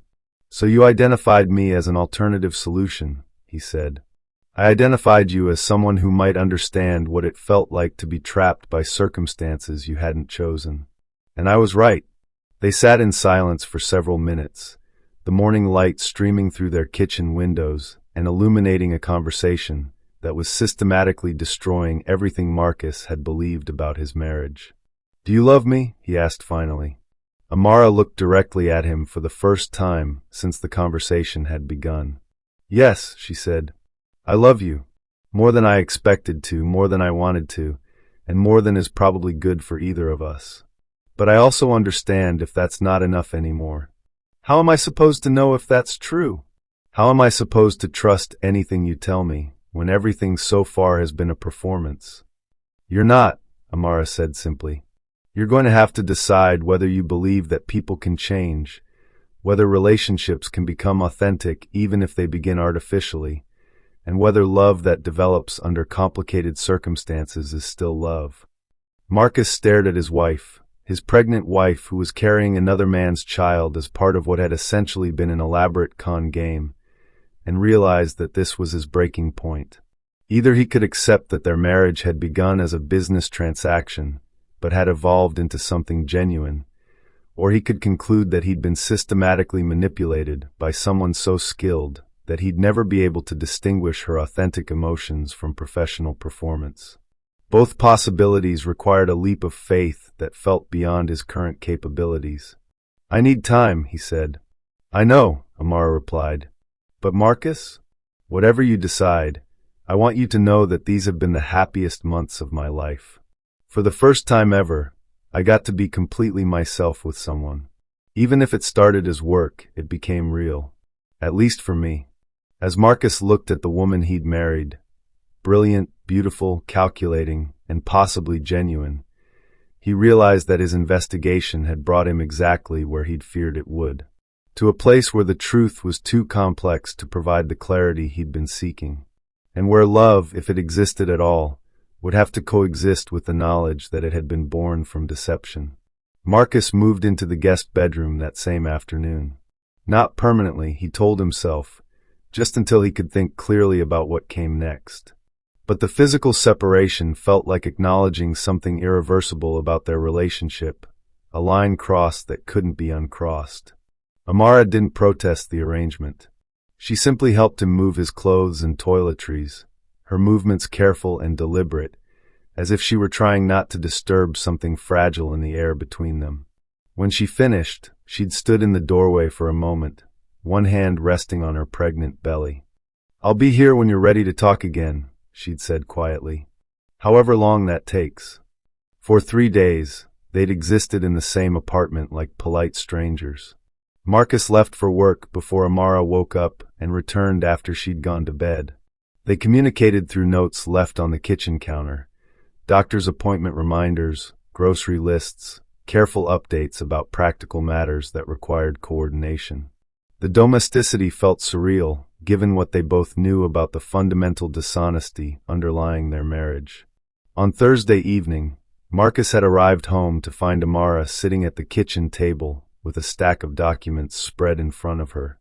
When she saw him, she gestured toward the papers with something that might have been resignation. "I thought you might want to see these," she'd said. The documents were comprehensive: financial records, communication logs, contracts with Nakado Enterprises, even medical records confirming her pregnancy timeline. Everything Marcus had been trying to piece together through investigation, Amara had assembled and presented voluntarily. "Why now?" Marcus had asked. "Because Grace told me about your conversation, and I realized that partial truth is just another kind of lie. If we're going to have any chance of making this work, you need to see everything." Marcus had spent the next 2 hours reading through documentation that confirmed his worst suspicions while simultaneously providing context that complicated his conclusions. The contract with Nakado Enterprises had been explicit. Amara was to identify, research, and develop relationships with high-net-worth individuals who might be suitable marriage prospects for the company's clients. Her compensation was based on successful matches, with bonuses for particularly advantageous outcomes. But the contract had also included unusual clauses about consultant welfare and autonomy.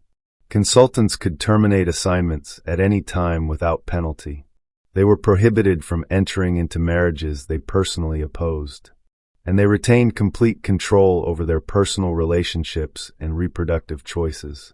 Reading between the lines, Marcus realized that Nakado Enterprises operated more like a high-end consulting firm than the predatory marriage mill he'd initially imagined.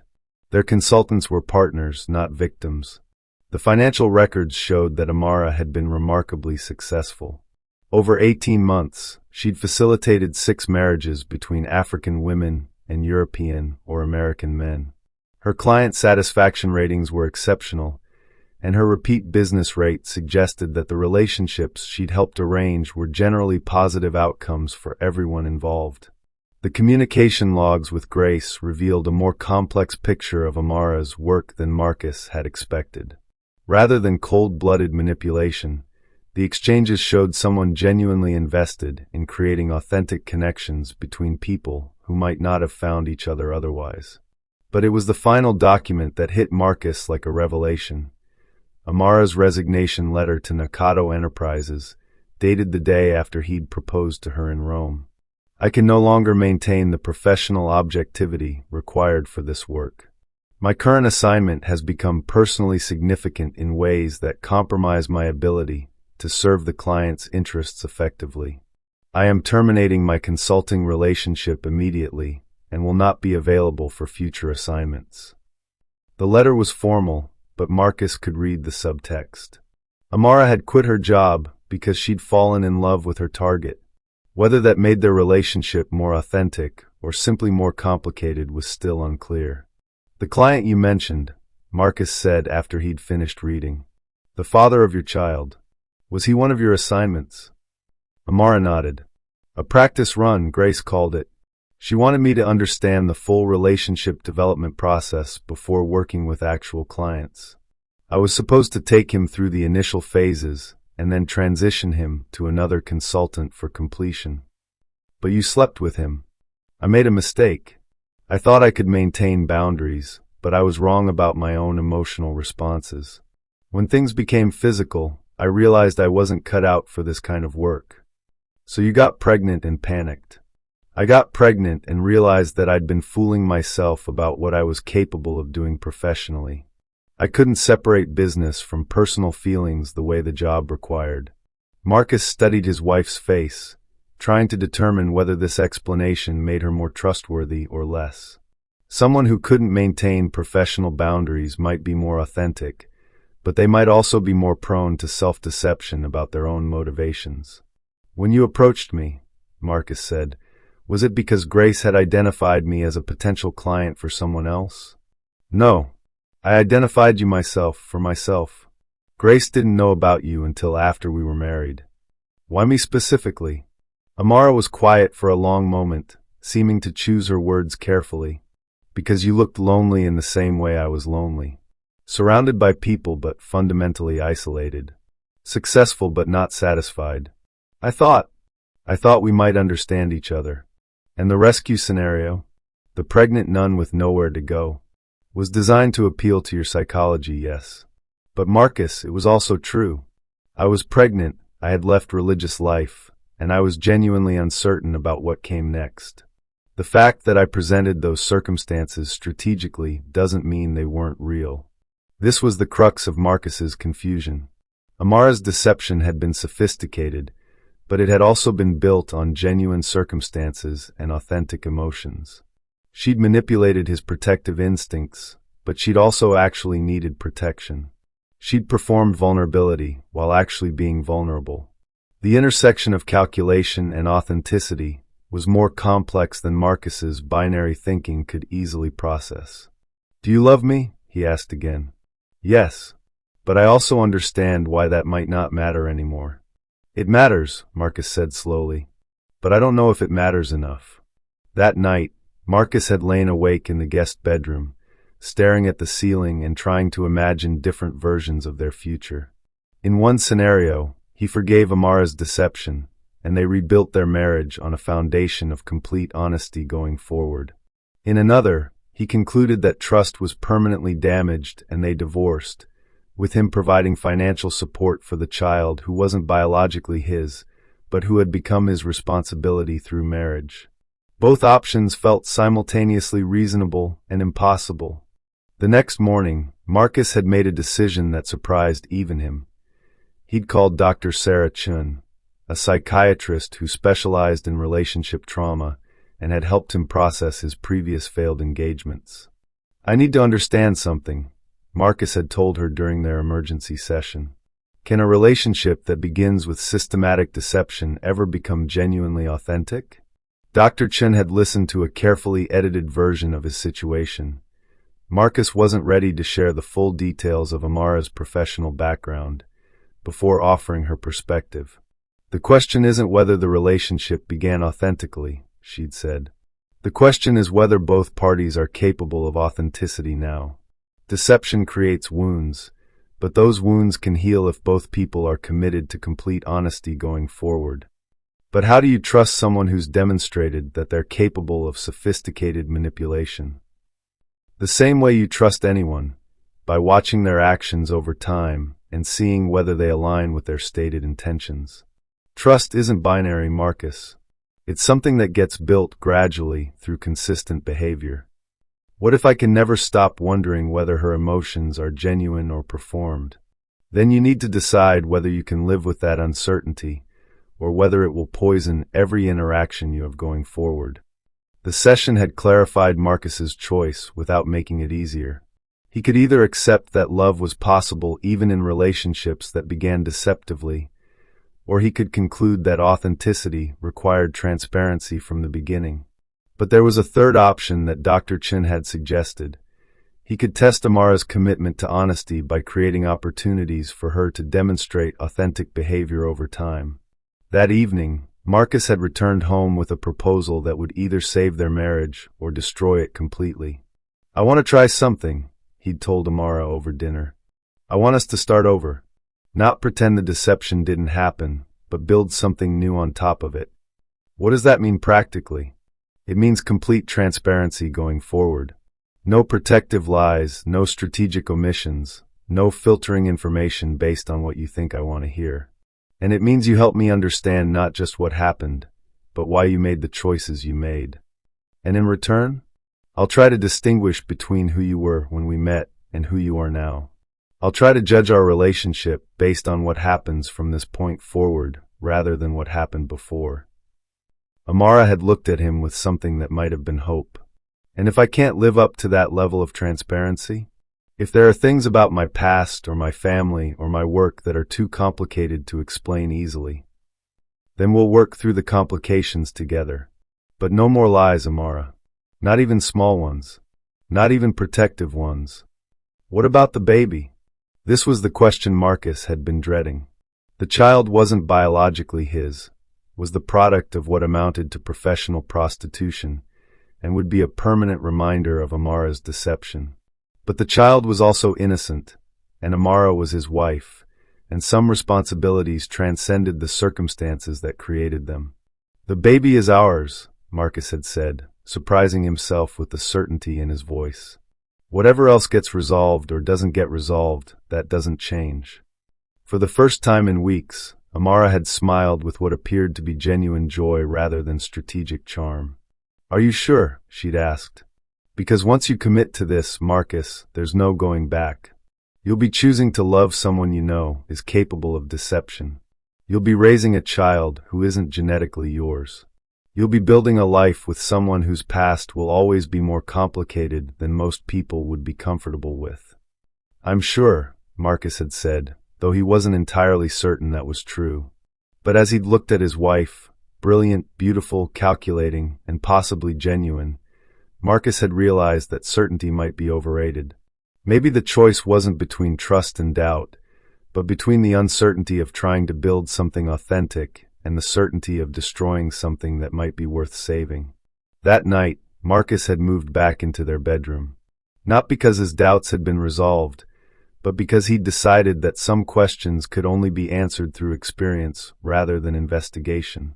As he'd lain beside Amara, feeling the baby move in her belly, Marcus had accepted that he might never know with absolute certainty whether their relationship was genuine love or sophisticated manipulation.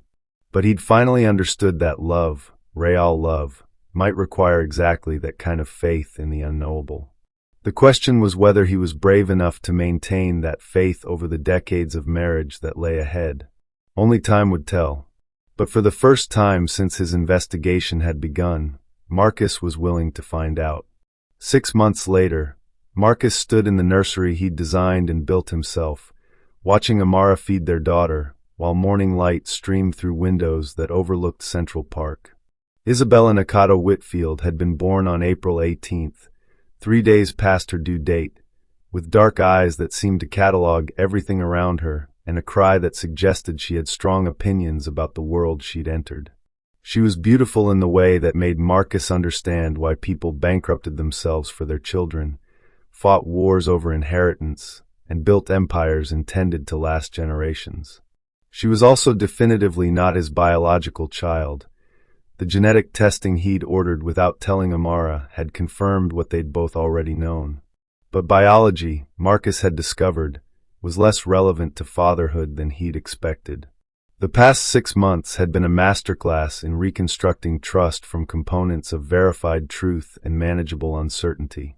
True to her word, Amara had maintained complete transparency about her communications with Grace, her ongoing connections to former Nakata Enterprises clients, and even her occasional doubts about whether their marriage would survive the weight of its complicated origins. She'd also, to Marcus's surprise, demonstrated emotional vulnerability that seemed too raw and uncontrolled to be performance. The night terrors during her 3rd trimester, when she'd wake up sobbing about dreams where Marcus divorced her and took Isabella away. The panic attacks when pregnancy hormones combined with guilt about her deception to create spirals of self-recrimination that left her hyperventilating on their bathroom floor. These moments of complete emotional breakdown had done more to convince Marcus of Amara's authenticity than any amount of strategic revelation could have achieved. People who were genuinely manipulative, in his experience, maintained better emotional regulation than what Amara had displayed during her most difficult nights. But doubt, Marcus had learned, was like tinnitus, a constant background noise that occasionally became deafening but never completely disappeared. "She's going to be hungry again in 2 hours," Amara said softly, settling Isabella into her crib with the practiced efficiency she'd developed over 12 weeks of motherhood. "I swear she has your appetite for constant consumption. My appetite is for information. Hers is for nutrition. Completely different drives." "Are they?" Amara smiled as she said this, but Marcus caught the subtext. Even their casual conversations had become layered with meanings that referenced the fundamental questions underlying their relationship. That afternoon, while Isabella napped, Marcus and Amara had tackled the weekly ritual they'd established as part of their transparency protocol: complete financial disclosure. Marcus reviewed Amara's communications with Grace, her personal spending, any contact she'd had with former clients or Nakado Enterprises personnel. Amara, in turn, had access to Marcus's complete financial records, business communications, and even his therapy sessions with Dr. Chen.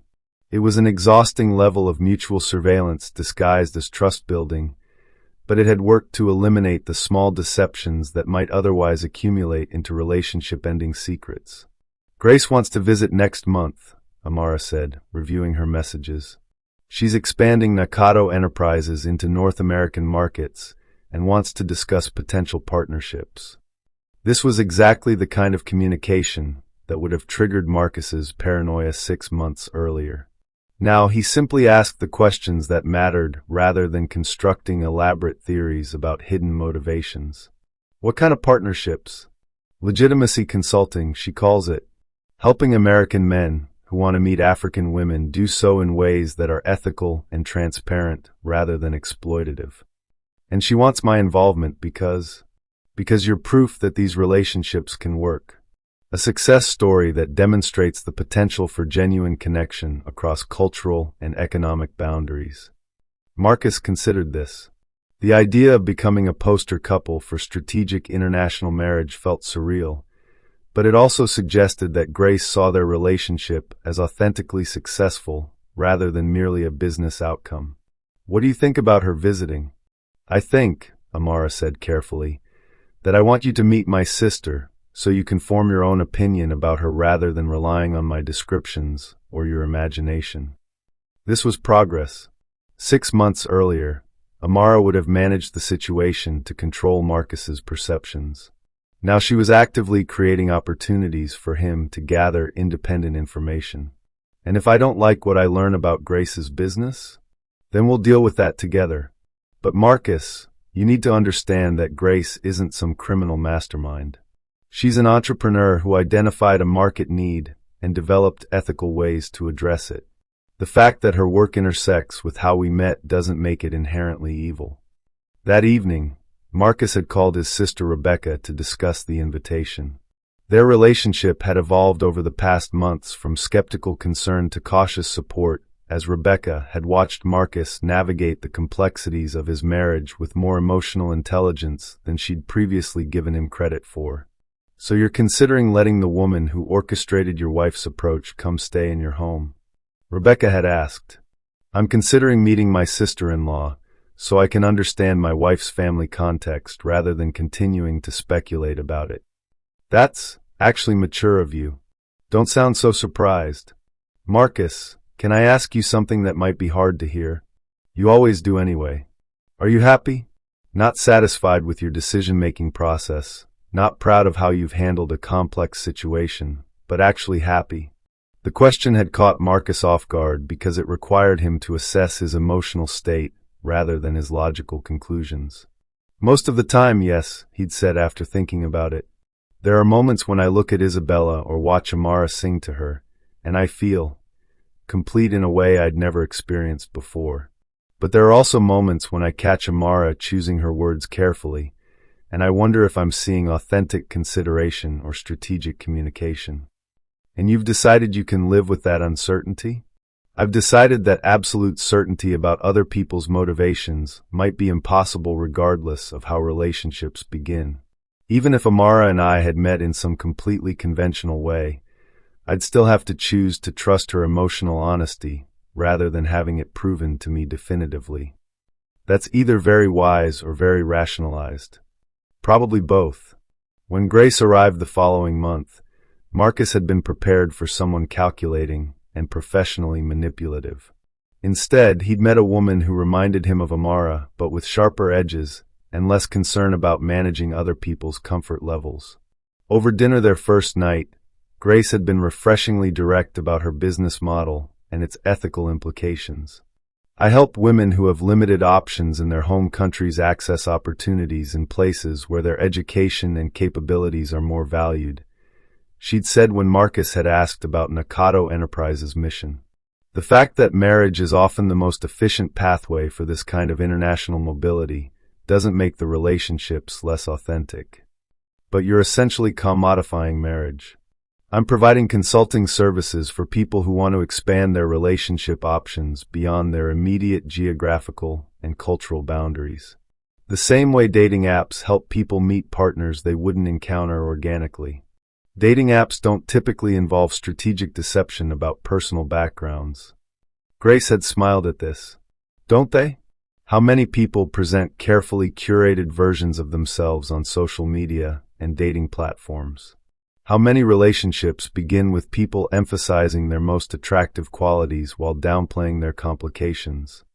The conversation had continued for hours, with Grace systematically addressing Marcus's concerns about the ethics of strategic relationship development. By the end of the evening, Marcus had concluded that Grace was many things: pragmatic, commercially minded, culturally sophisticated, but not predatory or malicious. More importantly, watching Amara interact with her sister had provided insights into family dynamics that explained some of the behaviors Marcus had found troubling. Grace was clearly the dominant personality, someone who made decisions and expected others to implement them. Amara's tendency toward strategic communication made more sense in the context of growing up with a sister who valued effectiveness over emotional transparency. But it was Isabella who had ultimately resolved Marcus's remaining doubts about his marriage. Watching Amara with their daughter had revealed aspects of her personality that seemed too fundamental to be performance.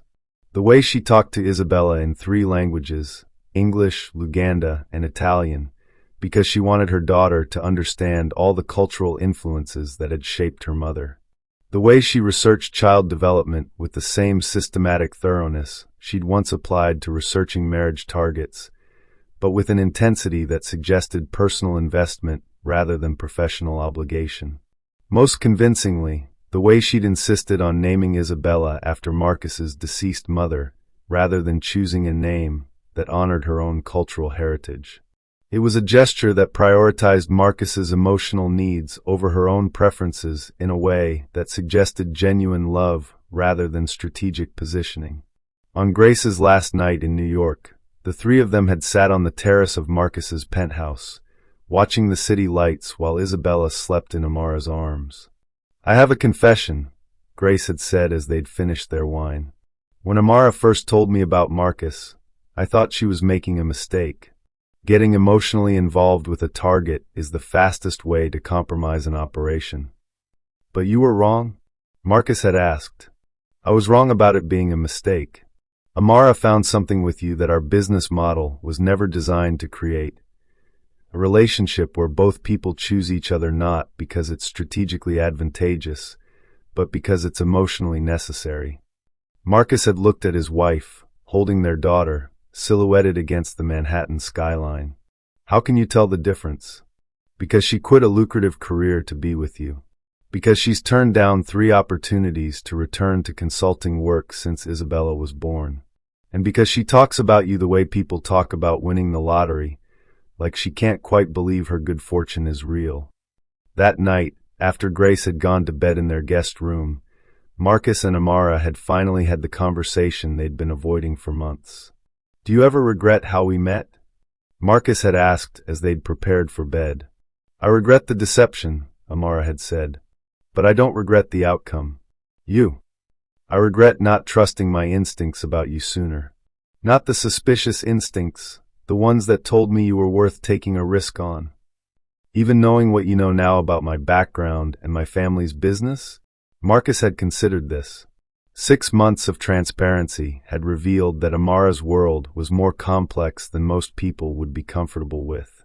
Grace's business operated in ethical gray areas that challenged conventional assumptions about authentic relationships. Amara's own past included decisions that prioritized survival and opportunity over traditional moral frameworks. But complexity, Marcus had realized, wasn't the same as deception, and moral ambiguity wasn't the same as malicious intent. Especially knowing what I know now, Marcus had said. Because now I understand that you chose me not because I was the best available option, but because you recognized something in me that made strategic considerations irrelevant. And you believe that? Most days. And on the days when I don't, I choose to act as if I do until the feeling catches up with the decision. Amara had smiled, the genuine smile Marcus had learned to distinguish from her professional one, and he'd realized that this might be as close to certainty as their relationship would ever get.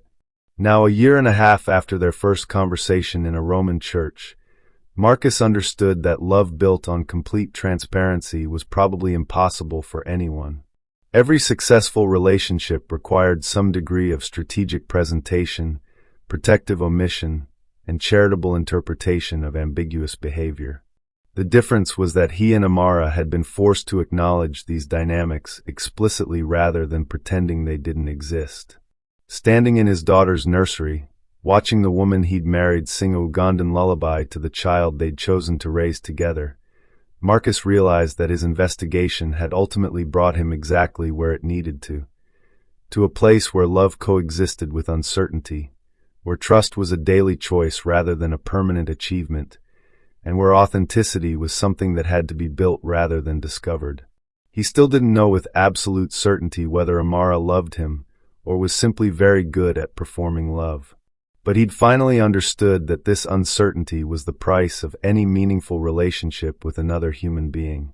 The only choice was whether to pay that price willingly or to spend a lifetime trying to achieve the impossible certainty that no love could survive.